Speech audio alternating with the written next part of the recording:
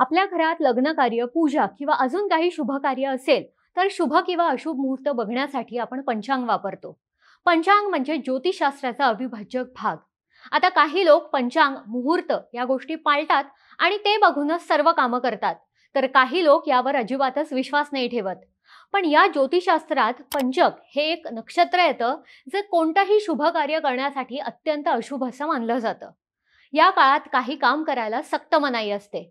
आता फेब्रुवारी महिना सुरू झालाय आणि पंचक सुद्धा फेब्रुवारी महिन्यामध्ये येणार आहे.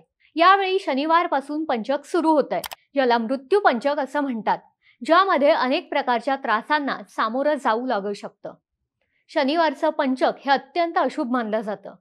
पंचक काळात काही कामं करण्यास पूर्णपणे मनाई असते. पण त्याआधी आपण बघू की पंचक म्हणजे नक्की काय ते. पंचक मध्ये झालेला मृत्यू आणि त्यामागचं रहस्य नक्की काय असतं. नमस्कार, मी केतकी आणि तुम्ही बघताय बोलभिडू. 2024 मध्ये 13 जानेवारीला पहिलं मृत्यू पंचक आलं होतं. आता वर्षातले पुढचे पंचक कधी असतील ते बघूयात. शनिवारी 10 फेब्रुवारी पासून हे पंचक सुरू होत आहे. पंचक सुरू होण्याची वेळ सकाळी 10:02 आहे. शनिवारपासून सुरू होणारं हे दुसरं मृत्यू पंचक आहे आणि वर्षाच्या शेवटी येणारं पंचक 9 नोव्हेंबर आणि 7 डिसेंबर या दिवसांपासून सुरू होणार आहे. आपण बघू की पंचक म्हणजे नक्की काय ते. आपल्या हिंदू शास्त्रात ग्रह, नक्षत्र या सर्वांचा खूप विचार केला जातो. ज्योतिषशास्त्रानुसार पंचक काळ हा सर्वात अमंगल समजला जातो. असा समज आहे की या काळात कोणाचा मृत्यू झाला तर ते अशुभ मानलं जातं. जन्मापासून ते मृत्यूपर्यंत शुभ काळाचं महत्त्व आपण मानतोच. पंचक काळात एखाद्या व्यक्तीचा मृत्यू झाला तर त्याच्यासोबत येणाऱ्या काही दिवसात कुटुंबातल्या 5 जणांचा मृत्यू होण्याची शक्यता असते, असा दावा आपल्या शास्त्रात केला गेलाय. 5 नक्षत्रांचा संयोग आणि त्या नक्षत्रांच्या विशिष्ट काळाला पंचक असं म्हटलं जातं. असं म्हणतात की या काळात जर तुम्ही काही अशुभ काम केलं तर त्याचा 5 पट प्रभाव पडू शकतो.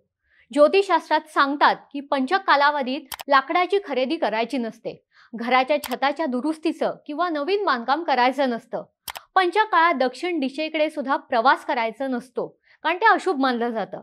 ठराविक काळ असा असतो की त्यात कोणतंही काम केलं तरी त्या कामात आपल्याला यश मिळतच नाही, ते काम पूर्णच होत नाही. अशा काळांपैकीच एक काळ म्हणजे पंचक काळ. बहुतेक लोकांना ग्रह आणि नक्षत्र याबद्दल माहिती असते, पण पंचक बद्दल फारच कमी लोकांना माहिती असते. पंचक काळात काय करू नये ते आता बघूयात. ज्योतिषशास्त्राप्रमाणे पंचक काळात गवत, लाकूड असं काही गोळा करायचं नसतं, कारण त्यामुळे आग लागण्याची भीती असते. तसंच या काळात दक्षिण दिशेला प्रवास करणं टाळावं, कारण दक्षिण दिशा म्हणजे यमाची दिशा असा समज आहे. म्हणून इथे प्रवास करणं अशुभ मानलं जातं. असं म्हणतात की दक्षिण दिशेकडे पाय करून झोपायचं नसतं, पण त्यामागे सुद्धा एक सायंटिफिक रिझन आहे की तिथं पाय करून आपण झोपलो तर आपल्या मेंदूपर्यंत नीट रक्त पोहोचत नाही.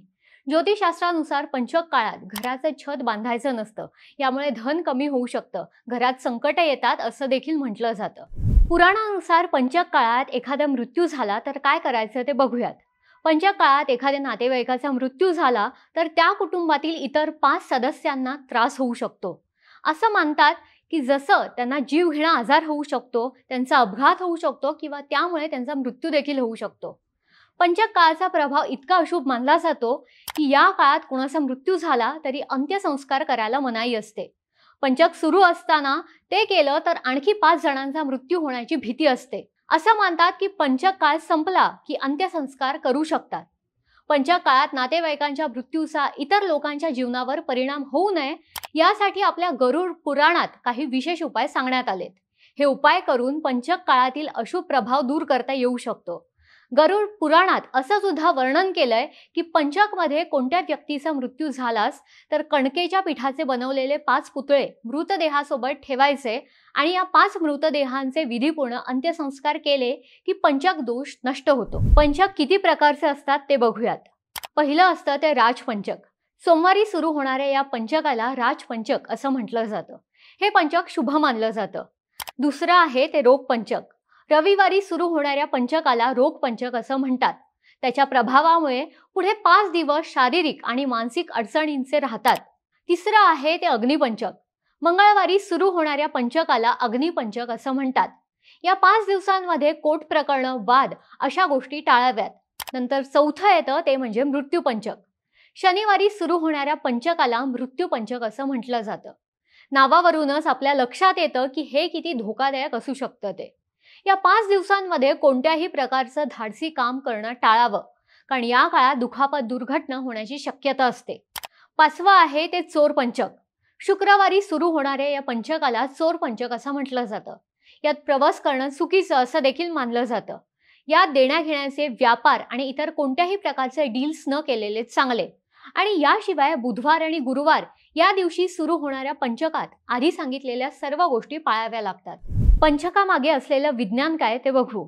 सोप्या भाषेत सांगायचं तर जेव्हा एखादं ग्रहण लागतं तेव्हा असं सांगितलं जातं की त्या वेळेत काही खायचं नसतं. खास करून स्त्रियांना काही गोष्टी पाळायला सांगितल्या जातात. पण त्यामागे असलेलं सायंटिफिक रिझन म्हणजे ग्रहण काळाचा इफेक्ट आपल्या शरीरावर होत असतो. तेव्हा काही खाल्लं तर त्याचा त्रास आपल्याला होऊ शकतो, म्हणून या गोष्टी पाळायच्या असतात. जेव्हा हे ग्रह बदलतात तेव्हा असाच काहीचा इफेक्ट आपल्या शरीरावर आणि जीवनावर होत असतो, असं शास्त्रीय कारण यात समोर येतं. तर हे असं असतं पंचक, जे काही लोक मानतात आणि काही लोक नाही मानत. तुम्हाला याबद्दल काय वाटतं? पंचक ही एक श्रद्धा आहे की अंधश्रद्धा? ते आम्हाला कमेंट्स करून सांगा आणि अशाच माहितीपूर्ण व्हिडिओसाठी बोल भिडूच्या YouTube चॅनलला सबस्क्राईब करा.